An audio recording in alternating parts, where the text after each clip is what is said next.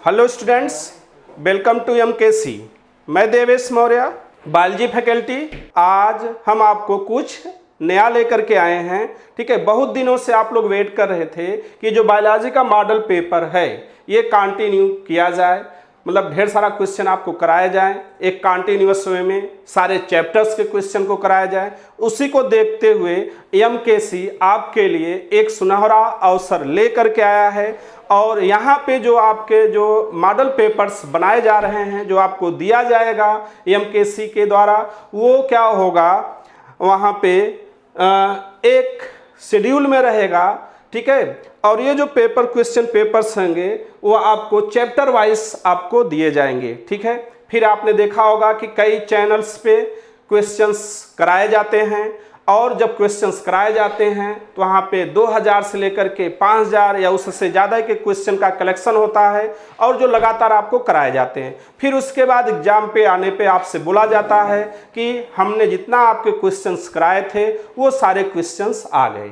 तो ऐसा अगर उतना ज़्यादा क्वेश्चन कराने के बाद तब आ रहा है तो इसमें कौन सी उनकी बहुत बड़ी भूमिका हो जाती है कि जब आपने सारा क्वेश्चन करा ही दिया, मतलब 5000 10,000, तो उसमें से आपके क्वेश्चन एमएनएस के एग्जाम में अगर 35 आ गए तो कौन सी बड़ी बात होती है।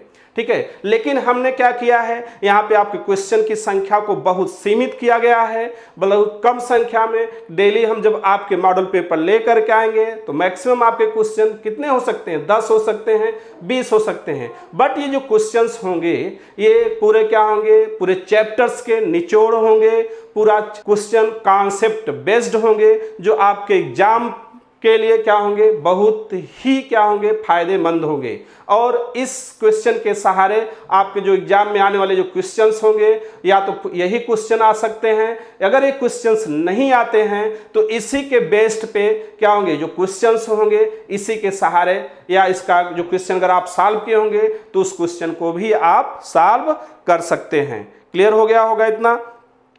फिर आप जब आप देखते हैं कि तो बच्चों आज हम आपको टोटल 3 चैप्टर्स का यानी क्वेश्चन पेपर यानी मॉडल पेपर के रूप में लेकर के आए हैं। ठीक है, और आप लोग कॉपी कलम निकाल लीजिएगा। जितने भी क्वेश्चंस आपको कराए जा रहे हैं उनको आप नोट भी करते जाइएगा। ठीक है, और उनकी एक अलग से आप कॉपी तैयार कर लीजिएगा। मतलब ये सारे क्वेश्चन 100% आपके एग्जाम में आएंगे ही आएंगे। ठीक है, तो आप इसको जरूर कॉपी कलम निकाल करके सारे क्वेश्चंस को नोट कर लीजिएगा। ठीक है, और हाँ बच्चों, ये जो सारे क्वेश्चंस जो आपको मिलेंगे, ठीक है, पूरी ट्रांसपेरेंसी के साथ मिलेंगे, विद प्रॉपर शेड्यूल के साथ आपको मिलता रहेगा। ठीक है, तो एवरी मंडे आपको ये जो क्वेश्चंस हैं आते रहेंगे, मॉडल पेपर के रूप में हम आपको लाते रहेंगे, आपको प्रैक्टिस कराते रहेंगे, तब तक प्रैक्टिस कराते रहेंगे जब तक आपका एग्जाम कंप्लीट नहीं हो जाता है। ठीक है, तो एक प्रॉपर शेड्यूल आपको दिया जाएगा, उसी शेड्यूल के अकॉर्डिंग आप यहाँ पे करेंगे।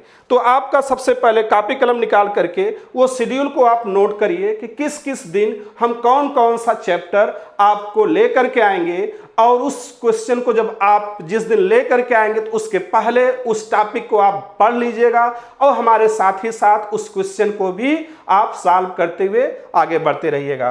तो सबसे पहले आपको 7 जून, ठीक है, जब सबसे पहले आपको बताना है कि हम क्या करेंगे कि ये प्रॉपर शेड्यूल के साथ हम इस दिन किस दिन कौन सा टॉपिक के आपका मॉडल पेपर आएगा, वो प्रॉपर शेड्यूल ट्रांसपेरेंसी के साथ है, आप उसको देखिए। तो 7 जून को आपको क्या आएगा, breathing and exchange of gases, body fluids and circulation, excretory product and there elimination का 7 जून को। फिर आपको 14 जून को आपका टॉपिक होगा digestion, locomotion and movement, neural control and coordination से रहेगा। फिर आपको 21 जून को chemical coordination and integration, mineral nutrition and plant growth and development का रहेगा। फिर 28 जून को आप क्या पढ़ेंगे, जो आपको पेपर के रूप में आएगा, photosynthesis, respiration in plant and transport in plant, ये टॉपिक पे आपको डिस्कस किया जाएगा। फिर उसके बाद नेक्स्ट मंथ में 5 जुलाई को क्या होगा, बायोमॉलिक्यूल्स होगा, cell cycle and cell division होगा, cell and unit of life होगा। फिर 12 जुलाई का आपका जो मॉडल पेपर होगा उसमें क्या होगा, plant kingdom, morphology and flowering plant, anatomy of flowering plant के बारे में मॉडल पेपर होगा। फिर 29 जुलाई को जो आप होगा तो animal kingdom, structural organisation of animal, biological classification से आपके क्या होंगे, मॉडल पेपर्स होंगे।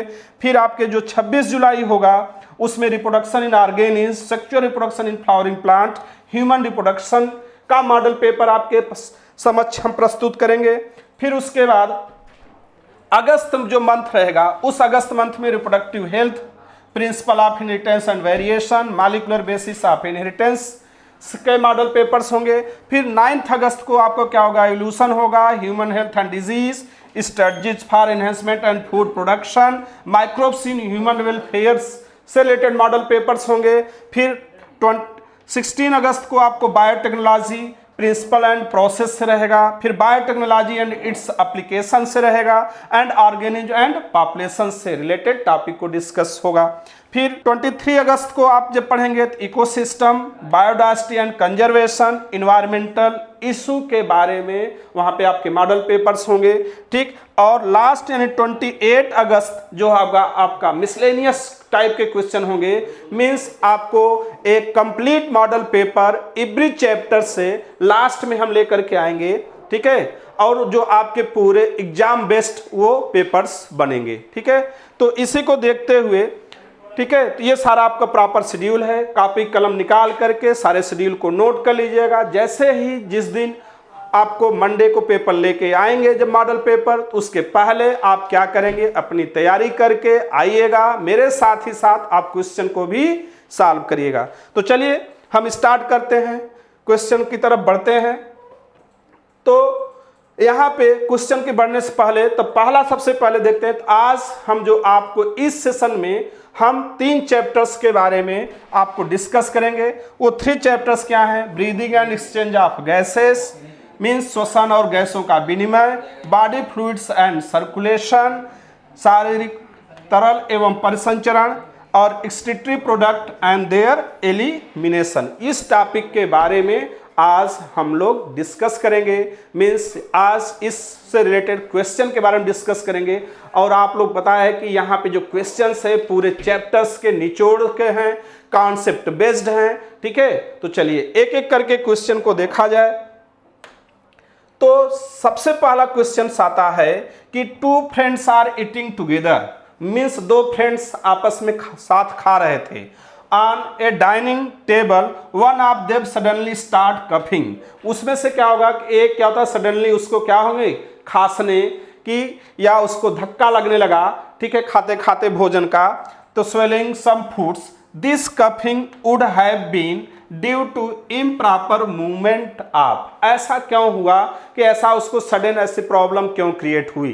तो आपको वही लिखा है कि 2 दोस्त एक ही मेज पर बैठे साथ साथ खाना खा रहे थे, उनमें से एक को कुछ खाना निकलते समय अचानक धक्का, यानी वहां पे उनको क्या लगा, धक्का कह सकते हैं, लगने लगा। यह धक्का किस भाग के अनुचित गति के कारण हुआ, मतलब यह किसके कारण हुआ। तो इसलिए आपसे कहा जाता है कि खाते समय बोलना नहीं चाहिए। खाते समय बोलना नहीं चाहिए, क्यों नहीं बोलना चाहिए, तो क्योंकि आपने पढ़ा होगा कि जो हमारा एपिग्लॉटिस है, क्या है, एपिग्लॉटिस जो हमारा है, ये जो एपिग्लॉटिस जिसको आप कंठ छद्म कहते हैं, तो यही क्या करता है, फूड पाइप, ठीक है, और विंड पाइप को क्या करता है, कवर करता है, ठीक है। जब आप खाते हैं तो उस टाइम पे क्या होता है, एपिग्लॉटिस विंड पाइप को कवर किए रहता है। लेकिन जब आप बोलते भी रहते हैं, खाते भी रहते हैं, तो ये एपिग्लॉटिस प्रॉपर मूवमेंट नहीं कर पाता है और जिसके कारण ये प्रॉब्लम आ जाती है। तो इसका राइट आंसर क्या होगा,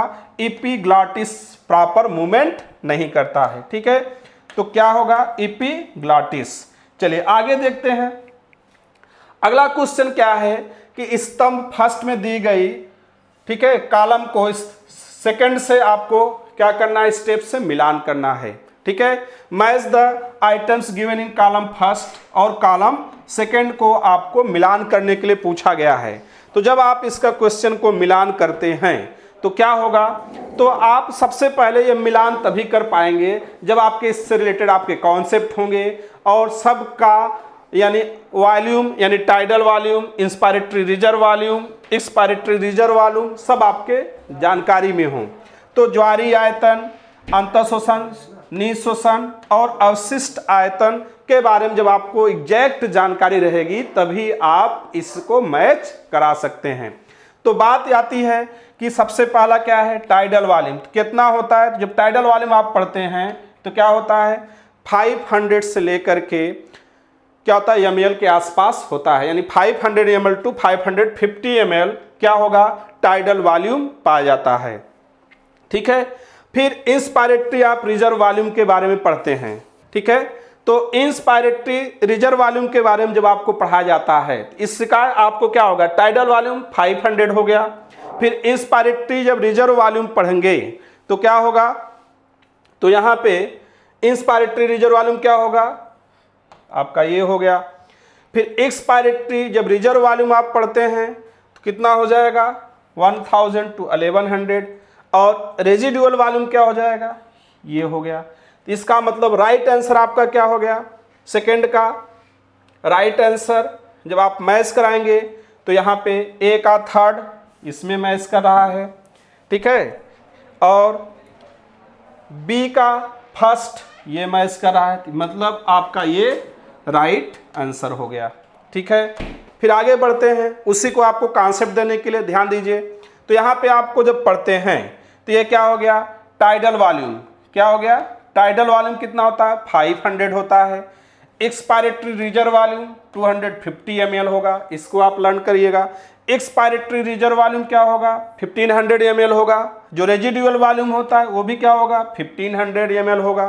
ठीक है, तो इस कॉन्सेप्ट को आप याद रखिएगा। एक्सपायरेटरी जो रिजर्व यानी एक्सपायरेटरी जो कैपेसिटी होती है 300 ml। ठीक है, वाइटल कैपेसिटी 4500 ml होगी और टोटल लंग जो कैपेसिटी होगी 600 ml के आसपास पाई जाती है। इसको आप लर्न करेंगे। ठीक, आगे देखते हैं कि सांस लेने के बीच फेफड़े चिपक नहीं जाते और थोड़ी बहुत हवा फेफड़े में सदा ही बनी रहती है जिससे बाहर नहीं निकाला जा सकता, क्योंकि यानी जब हम क्या करते हैं, सांस लेते हैं तो सांस लेते टाइम पे फेफड़े पूरी तरीके से चिपकते नहीं हैं। ठीक है, और पूरी कराए कि सांस को हम बाहर नहीं निकाल सकते। उसके पीछे रीजंस क्या हैं, तो यानी lungs do not collapse between breathing and some air always remain in the lungs which can never be expelled because. तो विकास की जब रीजन आता है तो सबसे इसका आंसर क्या होगा कि धनात्मक अंतःफुफ्फुसी दाब होता है, नहीं पाया जाता। फेफड़ों के भीतर की दाब वायुमंडलीय की दाब से अधिक होती, ये भी नहीं है। ठीक है, फेफड़ों के बीच ऋणात्मक दाब होती, ये भी नहीं सही है। तो यहाँ पे ये क्या होगा, यही राइट आंसर होगा। ऋणात्मक अंतःप्लूरल दाब होती है जो फेफड़ों की भित्तियों को एक दूसरे से दूर खींचती है, यानी डी ऑप्शन। तो यहाँ पे भी आपका क्या होगा, there is a negative interpleural pressure pulling at the lungs wall. ठीक है, तो जो एक दूसरे को क्या करते हैं, दूर खींचते हैं, जिसके कारण वो चिपक नहीं पाते हैं। चलिए, ये हो गया। अगला क्या करा है, अस्थमा का कारण क्या होता है, what is the reason of asthma. तो ये अस्थमा के जब पीछे रीजन्स पढ़ते हैं तो सीधा सा इसका राइट आंसर आ जाता है कि फेफड़ों में मास्ट कोशिकाओं की एलर्जी अक्रिया होती है, उसी के कारण अस्थमा डिजीज पाई जाती है। तो आपका क्या हो जाएगा, allergic reaction of mast cell in the lungs. ठीक है, इन द लंग्स में क्या होती है, अस्थमा के जो डिजीज होती है तो वहां पे मास्ट सेल के द्वारा क्या होता है, एलर्जिक रिएक्शंस पाई जाती है। ठीक है, चलिए आगे बढ़ते हैं। रक्त द्वारा अवशोषित कार्बन डाइऑक्साइड का लगभग 70% भाग का फेफड़ों तक परिवहन कैसे होता है। ठीक है, तो आपने पढ़ा होगा बाइकार्बोनेट आयन के रूप में, बाइकार्बोनेट आयन के रूप में, यानी यहाँ पे आप पढ़ते हैं कि approximately 70% of carbon dioxide absorbed in the blood will be transported to the lungs. ठीक है, तो लंग्स को क्या होता है, वो ट्रांसपोर्ट किया जाता है। कितना परसेंट आप पढ़ते हैं, 70%। किस रूप में जाता है, बाइकार्बोनेट आयन के रूप में जाता है। तो जैसे आप ट्रांसपोर्ट की जब बात आती है, ठीक है, तो यहाँ पे भी आपको कॉन्सेप्ट लेकर के चलना है। तो ट्रांसपोर्ट आप जब गैसेज आपने पढ़ा होगा, क्या पढ़ा होगा आपने, ट्रांसपोर्ट आप जब गैसेज पढ़ा होगा तो एक O2 का आपने पढ़ा होगा और एक आपने CO2 का पढ़ा होगा। तो जब O2 का आपने पढ़ा होगा तो O2 में आपने पढ़ा होगा कि 97% किसके द्वारा होगा, बाई हीमोग्लोबिन के द्वारा होता है और 3% बाई प्लाज्मा के द्वारा यानी ट्रांसपोर्ट होता है। जब CO2 के बारे में आप पढ़ते हैं तो 70% जो होगा किसके द्वारा होगा, बाई कार्बोनेट के द्वारा होगा, यानी बाई कार्बोनेट आयन के द्वारा होगा। ठीक है, 7% जो आप पढ़ते हैं बाई आप किसके द्वारा पढ़ते हैं, यानी जो 7% होता है वो प्लाज्मा के द्वारा पाया जाएगा। किसके द्वारा, प्लाज्मा के द्वारा होगा। एंड 20 to 25% बाई हीमोग्लोबिन के द्वारा यानी CO2 का ट्रांसपोर्ट चलता है। ये दोनों आप लर्न कर लेंगे कि O2 97% हीमोग्लोबिन के द्वारा, 3% प्लाज्मा के द्वारा, CO2 70% कार्बोनेट आयन के द्वारा, 7% by plasma and 20 to 25% by haemoglobin के द्वारा। ठीक है, चलिए नेक्स्ट क्वेश्चन को देखिए। तो यहाँ पे आने से पहले तो जैसे आपको यहाँ पे पढ़ाया जा रहा है एक्सपर्ट फैकल्टी के द्वारा, तो ऐसे ही आपको अगर अपने एग्जाम को आप बेहतर करना चाहते हैं, अपनी पढ़ाई को बेहतर करना चाहते हैं, तो MKC लर्निंग ऐप को आप क्या करेंगे, आप MKC लर्निंग ऐप को आप डाउनलोड करके अपने सपनों को साकार कर सकते हैं। ठीक है, तो यहाँ पे क्या होता है, आपको ऑनलाइन स्पीड टेस्ट हैं, रिकॉर्डेड लेक्चर, डाउट काउंटर और डेली आपको नोट्स और एक्सपर्ट फैकल्टी के द्वारा आपको पढ़ाया जाता है। ठीक है, और यहाँ पे इस समय क्या हो रहा है कि ऑनलाइन में एडमिशन लेने पे क्या होता है कि 25% डिस्काउंट भी आपको दिया जा रहा है। ठीक है, चलिए नेक्स्ट आगे देखते हैं। अगला क्या है कि एक वयस्क मनुष्य की लाल रक्त कोशिका अकेंद्रिकी होती है, निम्न में कौन सा कथन इस लक्षण को सबसे उचित व्याख्या करते हैं। Adult human RBC are enucleate, which of the following statement is are most appropriate explanation for this feature. ठीक है, तो इस फीचर के लिए यानी क्या होगी, यहाँ पे सबसे कौन बेस्ट ऑप्शन सही है। ठीक है, तो जब सबसे बेस्ट ऑप्शन सही होती हैं तो आपको सबसे पहले जानना होगा कि जो RBC होती हैं जब ये मैच्योर होती हैं, क्या होती हैं, मैच्योर होती हैं किसकी, मानव में जब ये क्या होंगी, मैच्योर होंगी, तो मैच्योर में क्या हो जाती हैं, इन्यूक्लिएटेड हो जाती हैं, मीन्स न्यूक्लियस इसका क्या हो जाता है, समाप्त हो जाता है। और जब ये इन्यूक्लिएटेड होती हैं तो क्या करती हैं, तो आप पढ़ते हैं प्रोवाइड क्या करती हैं, स्पेस, क्या करती हैं, प्रोवाइड करती हैं स्पेस किसके लिए, फॉर O2, ठीक है, ट्रांसपोर्ट के लिए, यानी O2 के ट्रांसपोर्ट के लिए ये क्या करते हैं, स्पेस प्रोवाइड करते हैं। तो आंसर देखा जाए तो प्रजनन करने की आवश्यकता नहीं है, ये नहीं हो सकता। कायिक कोशिकाएं होती हैं, ठीक है, ये भी आपका उचित व्याख्या नहीं हो सकता। ये उपापचय नहीं करती हैं, ठीक है। इनका समस्त आंतरिक स्थान ऑक्सीजन संवहन के लिए उपलब्ध है, इसी के लिए वो क्या करती है, इन्यूक्लिएट हो जाती है कि मैक्सिमम O2 का क्या हो सके, वहां पे ट्रांसपोर्ट हो सके। तो इसका मतलब केवल डी ऑप्शन सही है, यानी the internal space is available for oxygen transport. तो ओनली आपका राइट का आंसर क्या हो गया, फोर्थ,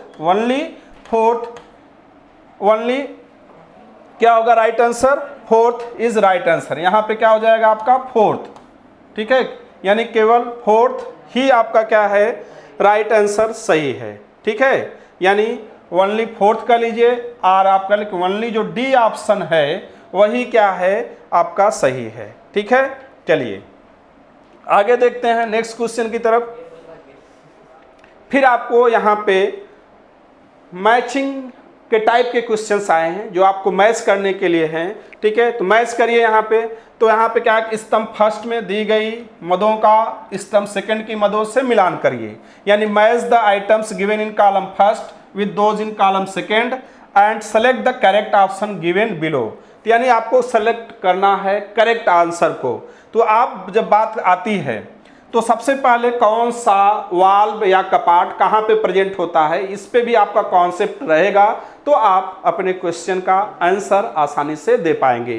तो जैसे आप देखते हैं कि जो त्रिवलनी कपाट होती है ये कहाँ पाई जाती है, दाहिने आलिंद एवं दाहिने निलय के बीच में त्रिवलनी कपाट पाई जाती हैं।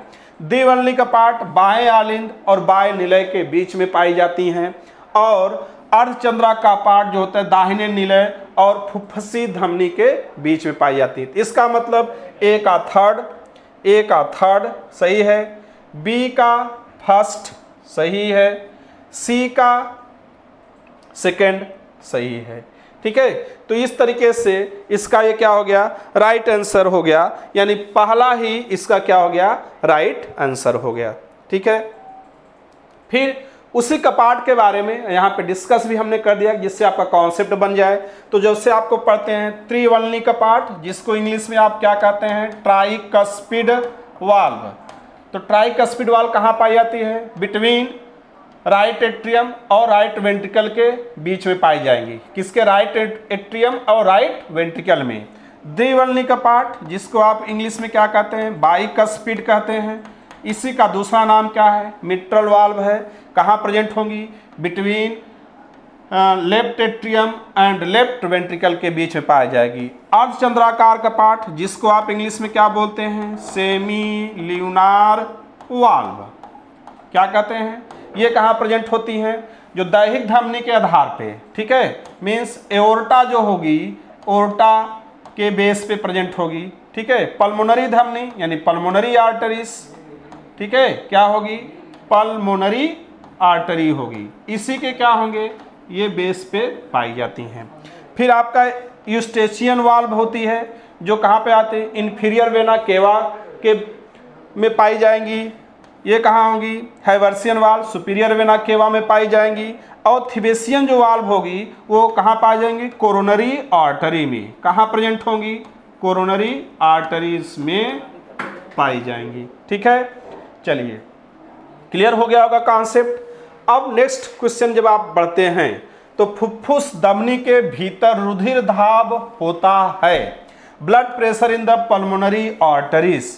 ठीक है, पूछा जा रहा है कि पल्मोनरी आर्टरी में जो ब्लड प्रेशर होता है, जब आपने इसके बारे में पढ़ा होगा तो क्या होता है कि more than that in the pulmonary vein, यानी जो पल्मोनरी वेन्स होता है उस पल्मोनरी वेन के कंपैरिजन में पल्मोनरी आर्टरीज में जो ब्लड प्रेशर होता है हाई पाया जाता है। मीन्स आपने पढ़ा कि फुफ्फुस सिरा के भीतर जितना होता है उससे अधिक होता है। इसका मतलब राइट आंसर क्या हो गया, सी इज द राइट आंसर। ठीक है, यानी पल्मोनरी आर्टरी में जो ब्लड प्रेशर होता है पल्मोनरी वेन के कंपैरिजन में ज़्यादा पाया जाता है। ठीक है, चलिए फिर आगे देखिए। तो यहाँ पे सबसे पहले अगर आपको इसी तरीके से अगर आपको और ढेर सारा प्रैक्टिस पेपर, क्वेश्चन पेपर या अपने एग्जाम को लेकर के आप तैयार हैं, तो उसके लिए अगर आपको बेटर तैयारी करना चाह रहे हैं तो यहाँ पे हम केसी पब्लिकेशन के द्वारा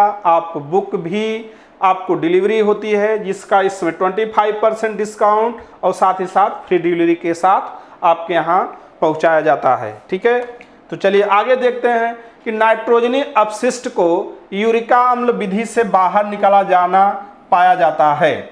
means uricotelic mode of excretory nitrogenous waste in found in.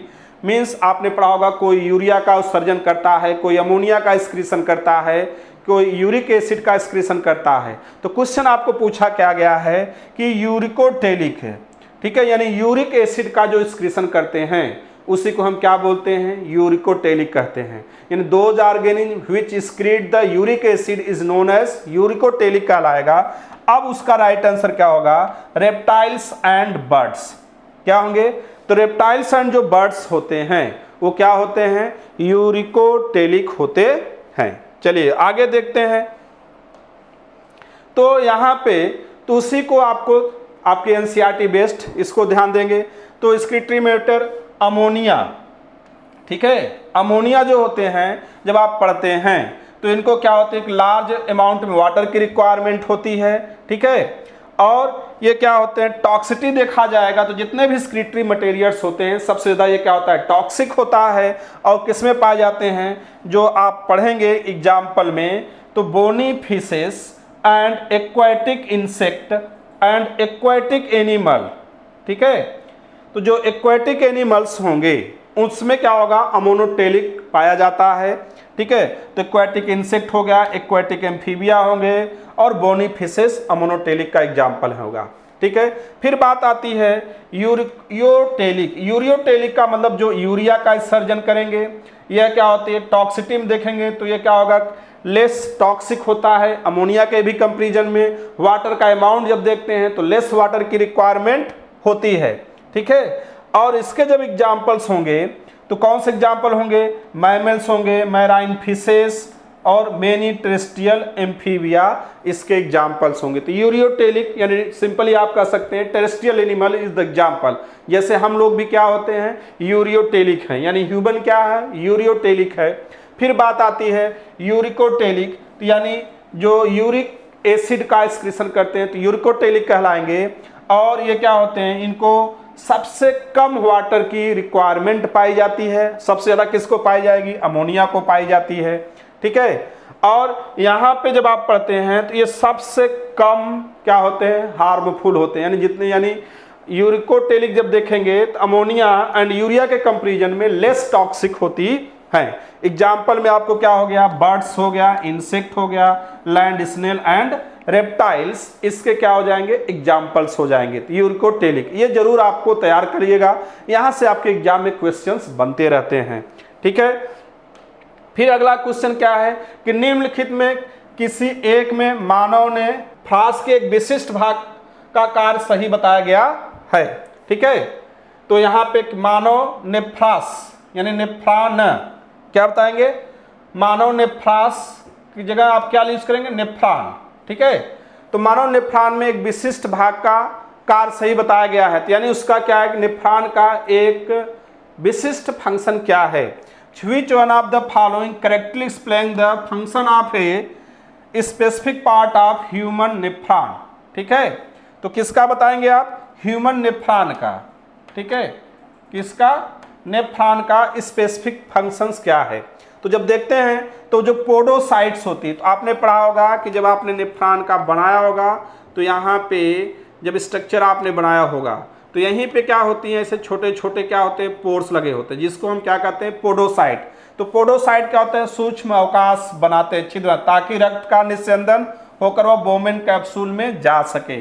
That is सही करा। हिलने लूप क्या होता है, ग्लोमेरुलस निस्यंदन में से मुख्य पदार्थों का अधिकांश पुनः अवशोषण करता है, नहीं, पुनः अवशोषण नहीं होता हिलने लूप में।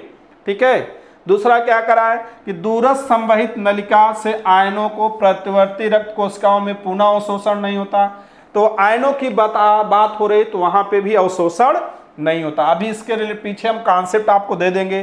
फिर अववाही धमनिका रक्त को ग्लोमेरुलस से दूर वृक्क कोशिका को ओर ले जाती, नहीं ले जाती है, दूर नहीं ले जाती, ले करके आती हैं। ठीक है, तो आपने पढ़ा इंग्लिश में पोडोसाइट, ये आपका सही है। हेनले लूप्स मोस्ट रीअब्जॉर्प्शन, नहीं, यहाँ पे मोस्टली रीअब्जॉर्प्शन नहीं होगा। डिस्टल कन्वॉल्यूटेड ट्यूब्यूल, यहाँ पे भी मोस्टली रीअब्जॉर्प्शन नहीं होगा। Afferent carries the blood away from the glomerulus, carry नहीं करती, वो क्या करती, ले करके आती हैं। ये भी गलत आपका ये हो गया। ठीक है, तो राइट आंसर आपका first is the right answer हो जाएगा। अब कैसे राइट आंसर होगा, चलिए इसको देखिए, कॉन्सेप्ट को बनाइए। तो कॉन्सेप्ट जब आप देखते हैं तो ये आपका कौन सा पार्ट हो गया, पीसीटी पार्ट हो गया। कौन सा पार्ट हो गया, पीसीटी पार्ट हो गया। ये आपने देखा अगर लूप ऑफ हिलने हो गया, ये क्या हो गया, लूप ऑफ हिलने वाला पार्ट हो गया। ठीक है, ये क्या हो गया, लूप ऑफ हिलने पार्ट हो गया जब आप देखते हैं। ठीक है, तो लूप ऑफ हिलने में आपको पूछा क्या गया, मिनरल्स, यहाँ पे क्या होता है, लूप ऑफ हिलने में ओनली वाटर का रीअब्जॉर्प्शन चलता है। ठीक है, वाटर का रीअब्जॉर्प्शन चलेगा मोस्ट ऑफ लूप ऑफ हिलने के पार्ट से। ठीक है, और पीसीटी में आप क्या बताएंगे, bicarbonate, water, potassium ion, nutrients जैसे ग्लूकोज वगैरह जो होंगे, इन सब का रीअब्जॉर्प्शन चलता है H+ अमोनिया K+ का एक्सक्रीशन यहाँ पे पाया जाता है। डिसेंडिंग लिम्फ आपका हो गया लूप ऑफ हेनले में only reabsorption of water learn करेंगे, ठीक है। और thick segment of ascending lymph जब बात आती है तो यहाँ पे NaCl का रीएब्जॉर्प्शन होता है, ठीक है। और डिस्टल जो कन्वॉल्यूटेड ट्यूब्यूल होगी तो वहाँ पे NaCl H2O बाइकार्बोनेट का क्या होगा, रीएब्जॉर्प्शन होगा, सिक्रीशन K+ NH3H+ का सिक्रीशन पाया जाता है। इसको कॉन्सेप्ट को आप जरूर यहाँ से तैयार करेंगे तब आपको क्लियर हो पाएगा, ठीक है। और यहीं आपका क्या बोमेन कैप्सूल, तो यहीं पे आपको क्या प्रेजेंट होते हैं, स्मॉल पोर्स प्रेजेंट होते हैं। इसी स्मॉल पोर्स को हम क्या कहते हैं, पोडोसाइट कहते हैं। और ये जो पोडोसाइट होता है यहीं पे क्या होता है, ब्लड फिल्टर होता है। और जो ले करके आता है उसको हम क्या कहते हैं, जो ब्लड को ले करके आएगा बोमेन कैप्सूल में अफरेंट, और जो ले करके जाएगा उसको हम क्या बोलते हैं, इफरेंट कहते हैं, ठीक है। चलिए आगे देखते हैं। तो आगे के यहाँ पे बताया गया कि अगर आपको ढेर प्रैक्टिस सेट, ढेर सारे क्वेश्चंस अगर आपको रिक्वायरमेंट है तो, और आपको अपने एग्जाम को और बेटर बनाना है या बना सकते हैं, तो MKC ऐप को डाउनलोड करके आपको प्रैक्टिस सेट के रूप में आपको 5000+ क्वेश्चंस आपको मिल जाएंगे, जिसको आप अधिक से अधिक आप सॉल्व करेंगे। और एग्जाम पॉइंट ऑफ व्यू से जो सारे जो क्वेश्चंस हैं वो बहुत ही इम्पोर्टेंट हैं, ठीक है। और जो मात्र 199 रुपीज़ में आप इसको परचेस कर सकते हैं, ठीक है। चलिए अगला देखते हैं। रक्तदाब आयतन में कमी के कारण किसका मोचन नहीं होगा, a decrease in blood pressure volume will not cause the release of, यानी जब ब्लड प्रेशर आपका क्या हो जाएगा, डिक्रीज हो जाएगा, तो उस टाइम पे वहाँ पे कौन सा ऐसा है कि जो रिलीज नहीं होगा, ठीक है। तो उसके बारे में आप पढ़ते हैं कि यानी कि ब्लड प्रेशर वहाँ पे जब कम होगा तो क्या रिलीज नहीं होगा। तो आपको पता है कि एट्रियल नाइट्रियूरेटिक फैक्टर्स रिलीज नहीं होंगे, ठीक है। कब, जब आपका ब्लड प्रेशर कम होता है, ठीक है। ब्लड प्रेशर जब आपका घट जाता है तो उस टाइम पे एट्रियल नाइट्रियूरेटिक फैक्टर्स, ठीक है, ये रिलीज नहीं होगा, ठीक है। इसको आपको ध्यान देना है। अब इसको क्यों इसका राइट होगा, तो ये कब सिक्रीट होता है, तो ये आपको बताना है कि जब when BP blood pressure is high then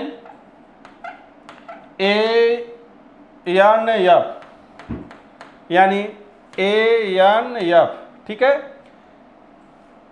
ANF क्या होगा, सिक्रीटेड होता है, याद रख लीजिएगा।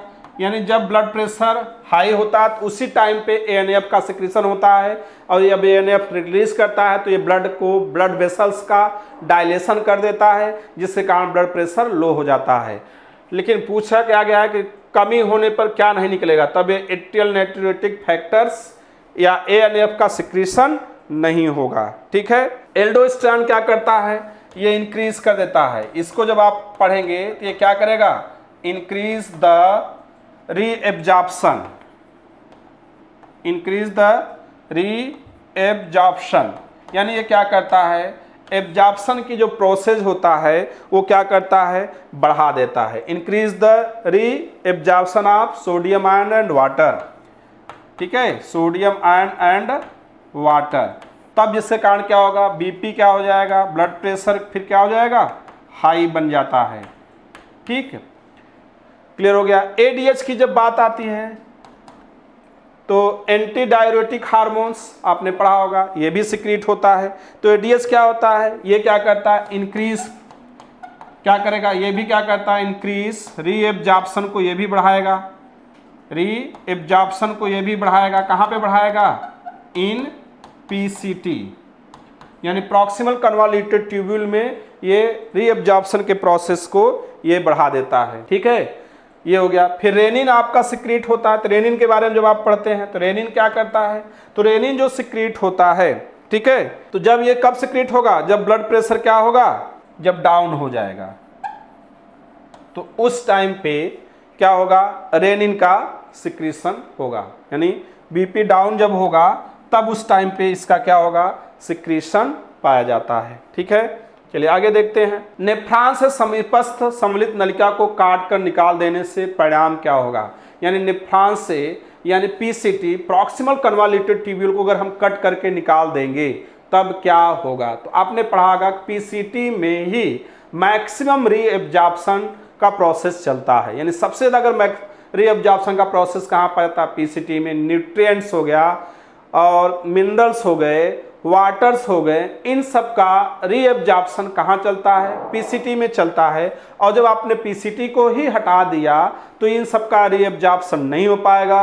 तो उस कंडीशन में यूरिन क्या होगा, कॉन्सनट्रेटेड फॉर्म में पाया जाएगा। इसका मतलब अधिक सांद्र यानी यूरिन बन जाएगा। तो मोर कॉन्सनट्रेटेड यूरिन का फॉर्मेशन होगा जब हम क्या करेंगे, नेफ्रॉन को रिमूव कर देते हैं।